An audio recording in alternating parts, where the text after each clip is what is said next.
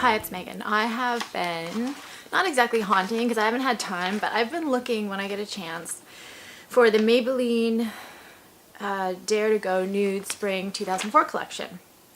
So they came out with 6 of the Color Tattoo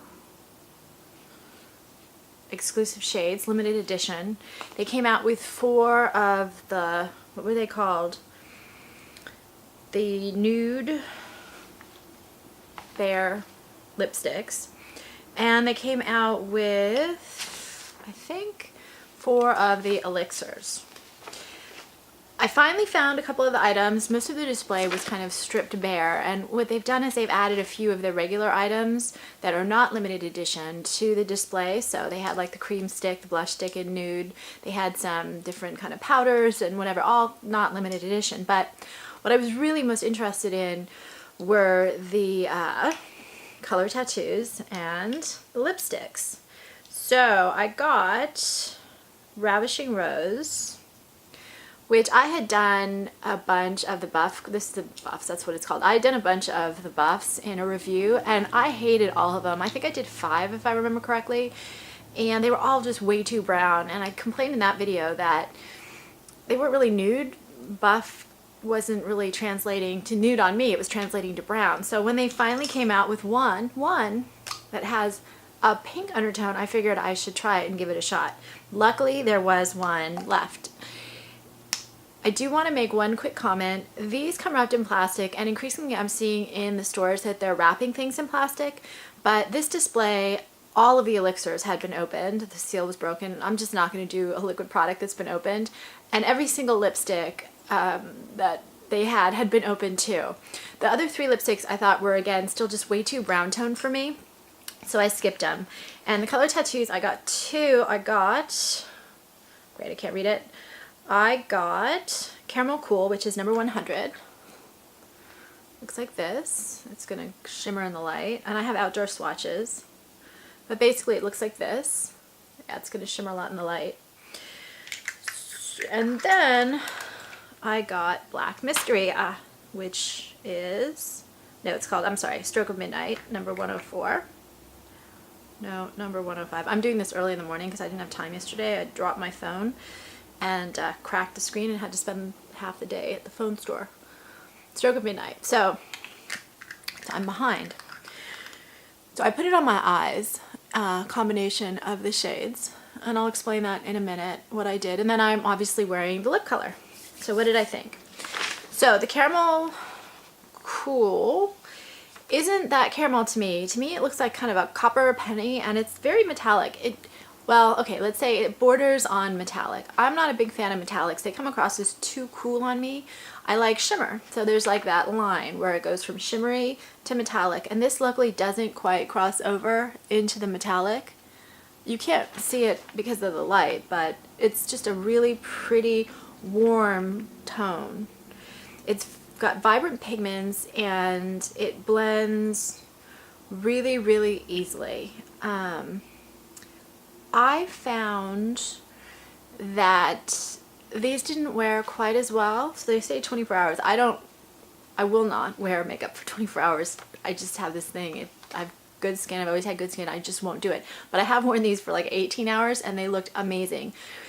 I'm in Southern California. The weather's been in the 80s, and I found the last couple days when I was testing these out, they didn't wear quite as well as the last ones I've bought, but I would still say they last a good 12 plus hours. So when you have a product like this, which has such amazing wearability, the fact that it's not quite as long wearing isn't necessarily a deal killer. When it's like 80 degrees out, a cream product might not last quite as well. I love this particular formula because it is one of those kind of idiot-proof things where you can use a finger and apply it really lightly, you can use a brush and apply it really lightly, or you can really build the formula up. I think this color is also just a really pretty color as we head into summer and get a little bit more kind of shimmer in our skin, which I tend to do in Southern California, try or not. The other one I got is the Black Stroke of Midnight, very black with a little shimmer, and I don't know if you can see in the pot, but as I'm using a brush in it, I'm seeing that there's more and more shimmer. So for some reason my brush isn't picking up quite as much of the shimmer as it is of the black. And I don't know how that's going to wear as I go through the entire pot, but I do see quite a lot of shimmer on my eyelids still. So it does pick up some, it just maybe doesn't pick up quite as much. I've used both a finger and a brush with these. This one is the black with the little glistens of silver shimmer in it. And I almost noticed a slight navy undertone to this black, which I looked online and I didn't see any of the reviewers saying that, so it might just be my eye. But I'm a huge fan of charcoal, I'm a huge fan of gray. I'm not always a huge fan of black because it can look really harsh on me. So what I really worked with on this particular color, which you can use as an eyeliner too, is can I apply it sheer enough so that I can get kind of that shimmer and that charcoal without looking a little too black. What did I say?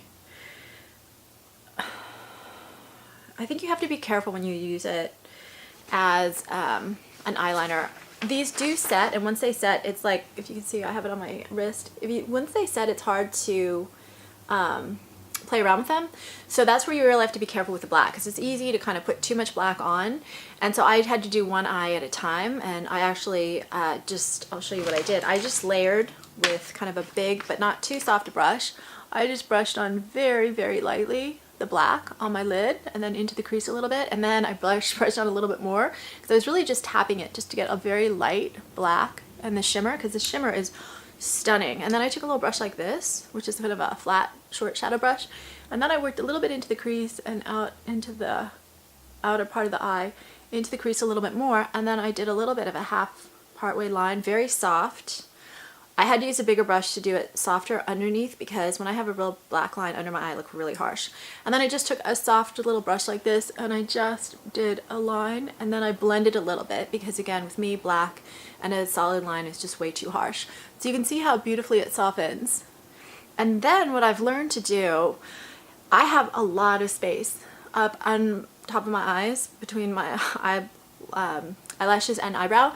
So if I do too much dark, it looks really harsh. It just looks dark over, like I'm wearing a hood over my eyes. So I took the copper, it's not copper, but I call it copper, caramel, and I just put that right in the middle of the lid. And then I also use that with this brush to line under here. So it's not a hard line, it's a softer line. And you can see the effect of the black and the caramel together. It's very pretty, and it's a lot softer of a look. So you can still see that I've got the black and the gray, but it kind of is a daytime smoky look, if that makes sense. And the reason why I went with a smoky look is the lips. You can use these colors, like I've worn the caramel just on my lids with a different type of a lip product, and it's really pretty. And I've also done the black kind of a little bit more just as a liner, and that's also really pretty. Although I do like the effect, honestly, of the silver sparkle, so I prefer putting just that soft kind of wash on my lids like I did today. It's just so pretty. And then this color opens up the caramel opens up the eyes in just such a gorgeous way. But the lip color surprised me.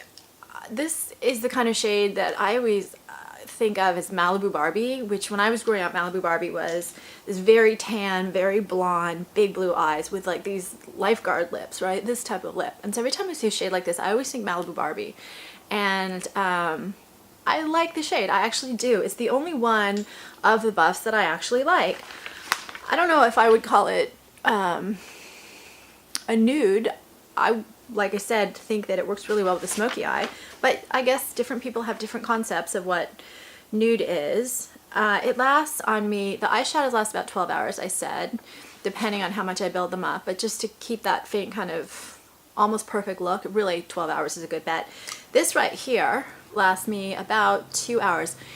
The problem with it is I have really pigmented lips, and so it starts wearing away right in here. I think I just got on my teeth.